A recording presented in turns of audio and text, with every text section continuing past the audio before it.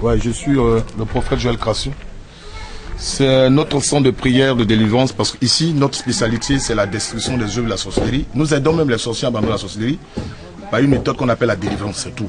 Délivrance, c'est de libérer, être de quelque chose. Quand on dit délivrance, ce sont du monde délié, libéré d'une situation. C'est-à-dire, les sorciers, ils sont possédés par un esprit. Il y a un esprit qui vient s'incarner dans leur esprit humain, qu'on appelle, le démon l'appelle l'esprit méchant. Une fois que l'esprit méchant est en toi, tu n'as plus de volonté. Voilà. L'esprit t'impose sa manière de voir. Et comme bien sûr, le sorcier, il gâte, il tue et il mange. Voilà, c'est aussi les trois choses. Comme la Bible le dit dans l'évangile de Jean, le chapitre 10, verset 10, le voleur ne vient que pour égorger, détruire. Voilà, donc le diable qui est considéré comme un voleur, un usurpateur. Donc voici un peu. Donc ici, nous amenons des sorciers à abandonner la sorcellerie. Ici, c'est notre spécialité. Voilà, c'est notre spécialité. C'est comme un CHU, hôpital, où on peut guérir même de la sorcellerie. Parce que c'est une maladie. C'est une maladie, c'est comme une folie. Une fois que tu atteins de ça, il est difficile. Tu perds la raison. Par moment, tu perds la raison. Tu as un raisonnement très gauche. Parce qu'au lieu d'apporter quelque chose de bon, tu es plus négatif. Comment tu t'appelles, petit? Kuyo. Comment? Kuyo Gragbaïfram. Tu as quel âge? 13 ans. Tu viens d'où? Je viens de Ragayo. Tu viens de Ragayo. Et comment tu es retrouvé ici? Et pourquoi tu t'es retrouvé ici? Parce qu'on m'a initié. Non, pas parce qu'on t'a initié, parce que tu es sorcier. Parce que tu es sorcier. Non, quand tu dis parce qu'on m'a initié, c'est pas toi, c'est quelqu'un d'autre qui l'a fait. Pourtant, tu as déjà commis assez de crimes, tu as déjà fait des choses. Parce que tu es sorcier, c'est ça? Oui. Et qu'est-ce que tu as fait ta sorcellerie? J'ai tué. Tu as tué combien? J'ai tué mes 2 frères. Ça veut dire quoi, les 2 frères? J'ai tué 2 personnes. Donc, dans le nom? Il n'y a pas de nom. Comment c'est passé? Maman était enceinte. Elle dormait.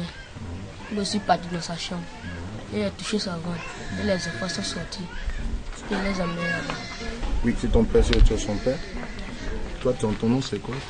C'est Kuyo Simplice. Comment c'est passé avec les aveux de l'enfant?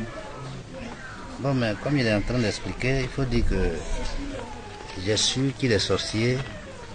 Et comment tu l'as su? C'est venu d'un programme de l'église. D'accord. C'est l'église des assemblées de Dieu. Ah, d'accord. C'est là-bas, ils ont été découverts en groupe. C'était bien nombreux, plus de 13 enfants. Et on les a découverts. Mais déjà, ils avaient déjà fait des crimes.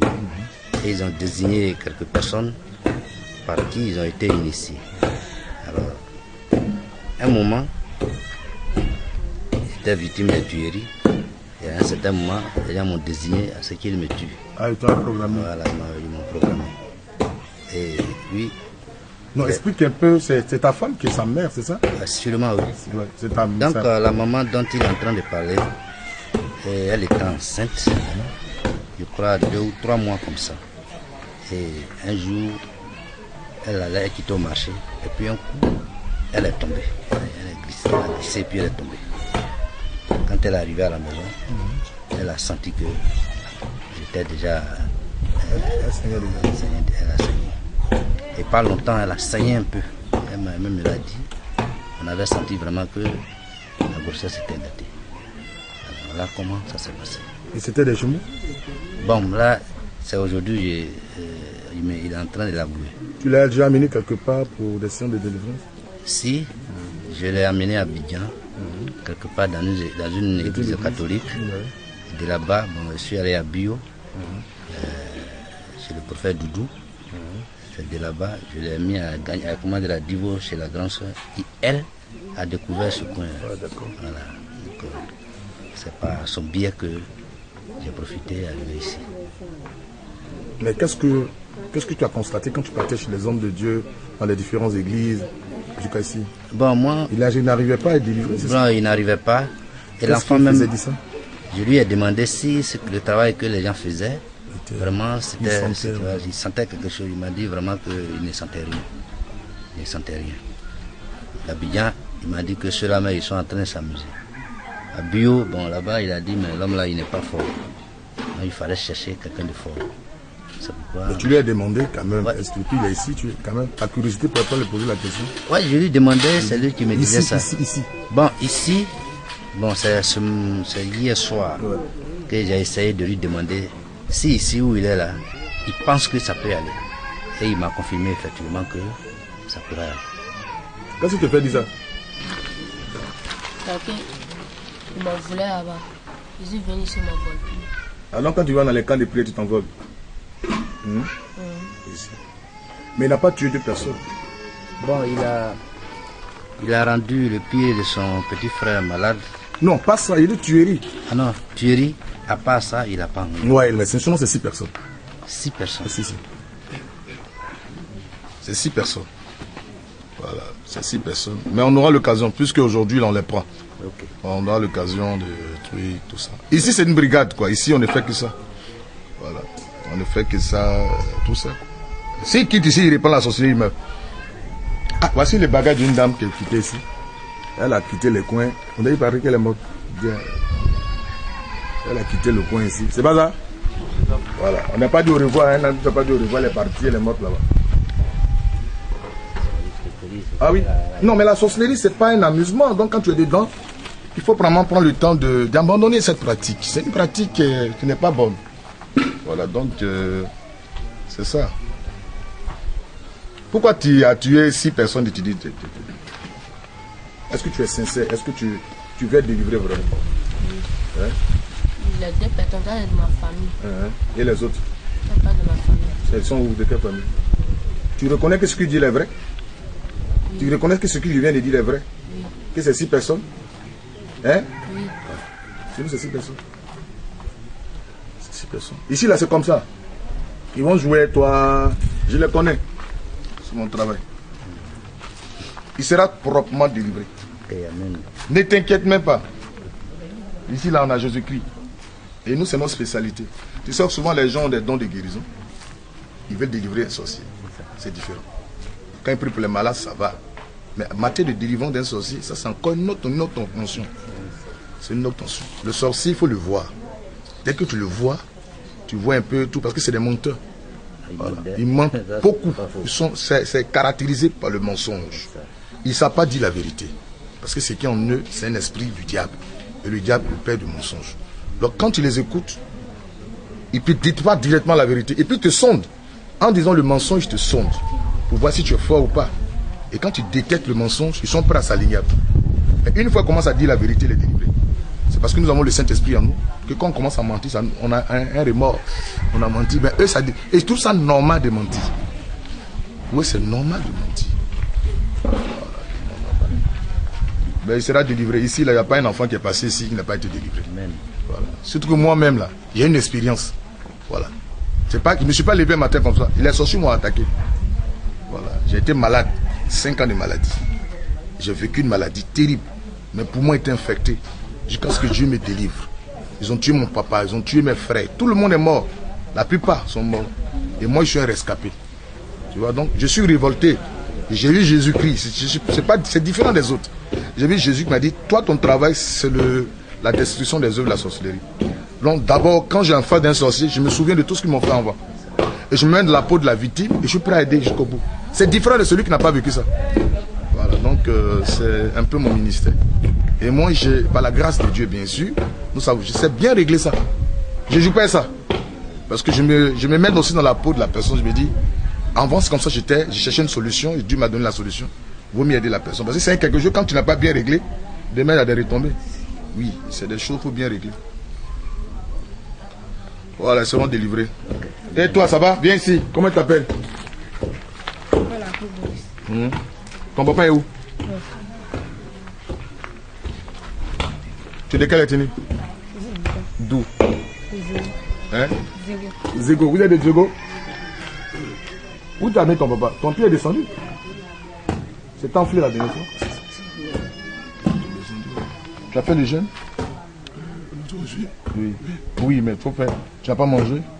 Je ne mange pas jusqu'à dimanche, d'accord? Fais un effort. Tu boiras demain soir. Hein?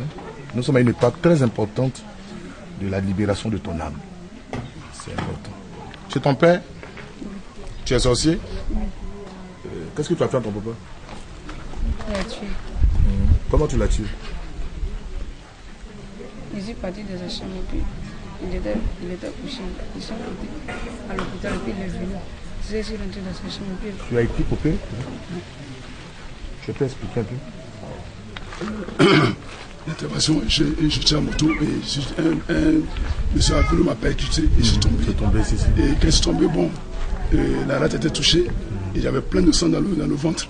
Le lendemain, je suis allé chez Touka en clinique à Tifo et puis après à l'hôpital général où il a été opéré. Et puis ils ont supprimé la rate. Et dès lors, j'ai des complications. Tu vois, ça dit que toi, tu avais déjà provoqué l'accident, tu avais déjà fait un truc. J'explique ce phénomène parce que ça me révèle toujours des conférences vidéo sur le net où j'enseigne des gens qui n'arrivent pas à comprendre un peu. On dit que le monsieur l'ont tué, et pourquoi il est vivant, pourquoi il vit, est-ce que ce n'est pas les inventions? J'ai enseigné ça la semaine dernière, les vidéos sont en ligne. J'ai dit l'homme est composé de 3 parties. Il y a l'esprit, l'âme et le corps. L'esprit, l'âme et le corps. Et lorsque nous lisons Lévitique plutôt 17 à partir du verset 11, on dit l'âme se trouve dans le sang. L'âme se trouve dans le sang. Donc je parle de l'esprit, l'âme et le corps. L'esprit n'est pas touché. Le sorcier ne peut pas manger l'esprit. C'est l'esprit qui ira rendre compte. C'est pour ça que quand c'est l'âme, c'est l'aspect âme qu'on mange. L'individu mange l'âme. C'est pour ça qu'on peut manger ton âme. Comme ton esprit est en toi, tu es vivant. Parce que l'esprit vit. C'est pour ça que quand il y a un homme qui va mourir, il a peur. Malgré que l'homme est né pour mourir. Parce que naître veut dire mourir. On est, on doit mourir, c'est le parcours de l'homme. Mais quand tu lui parles de la mort, ça l'effraie. Parce que l'esprit qui est en lui est éternel, ne meurt pas.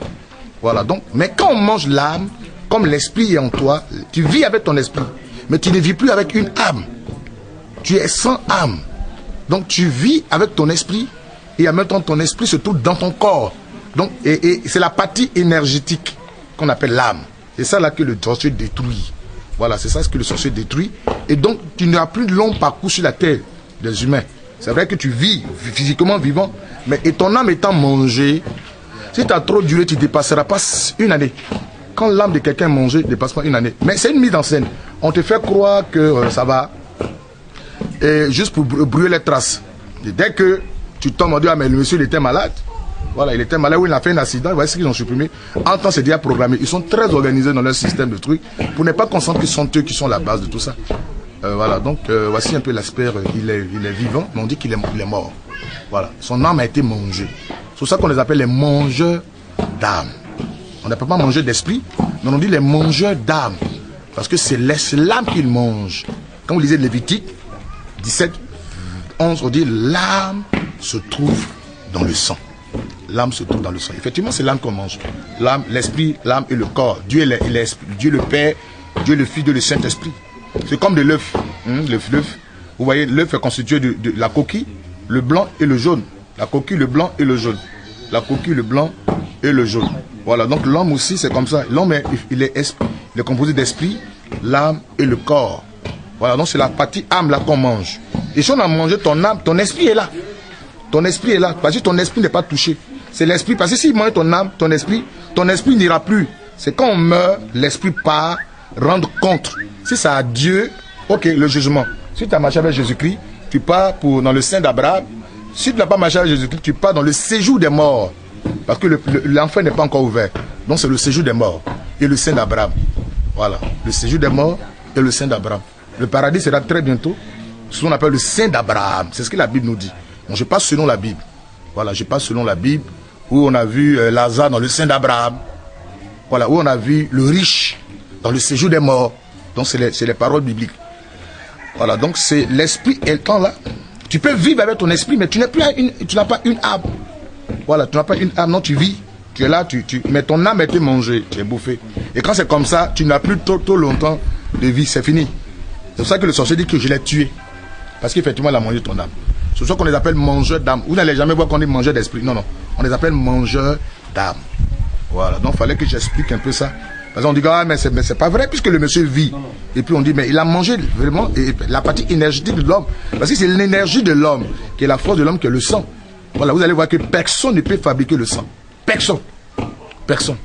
Vous allez monter des sangs, ils vont beau fabriquer, jamais Parce que c'est la vie même de l'homme. L'esprit vient, c'est vrai. Mais c'est cette partie de l'esprit qui ira rendre compte à Dieu. Voilà. Et maintenant, l'âme, c'est ce qui t'amène, n'est-ce pas? C'est ta force, la force même de l'homme.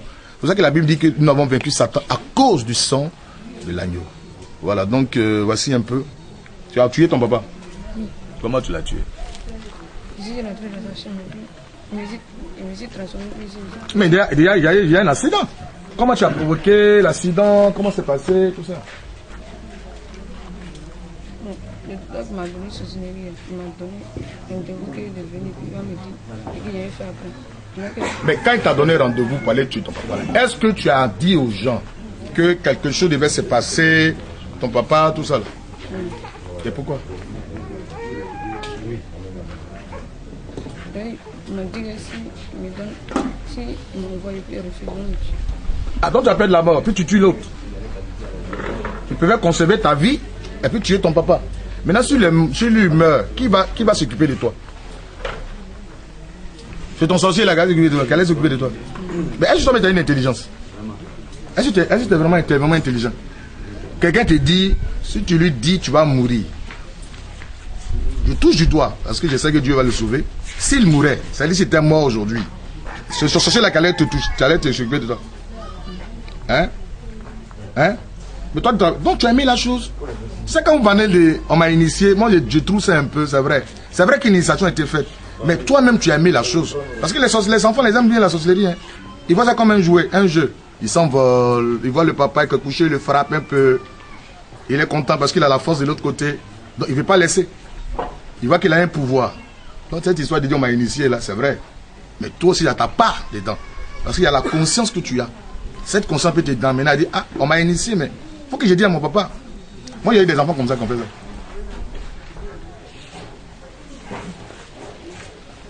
Tu n'aimes pas ton papa? Hein? Tu veux un? Il faut me répondre oui ou non. Tu n'aimes pas ton papa? Tu l'aimes pas? Comment tu l'aimes? Quelqu'un tu as tué. Tu l'aimes comment? Quand on aime quelque chose, on protège. Hein? On protège la chose même. On donne même sa vie. La Bible même dit que le bon berger donne sa vie pour ses brebis. Dieu lui-même nous aimant l'homme, il a donné sa vie, c'est donné lui-même pour l'homme. Toi, tu as peur de mourir, mais tu veux que ton père meure. Et tu l'as déjà tué. Ça, c'est l'amour, hein? Et tu dis que tu l'aimes. Donc, vous l'avez tué. Tu as moyen quelle partie? La tête. Il a moyen ta tête. C'est un chien plateau, et puis tu tires les oreilles de ton papa. Tu tires les oreilles de ton papa. Tu tires son nez. Ton papa, hein, tu tires sa langue. Tu tires. Tu tires ses oreilles, tu tires sa langue. Tu tires, comme ça tu manges. Faut tout, tu mets dans ta bouche, tu tires la langue de papa.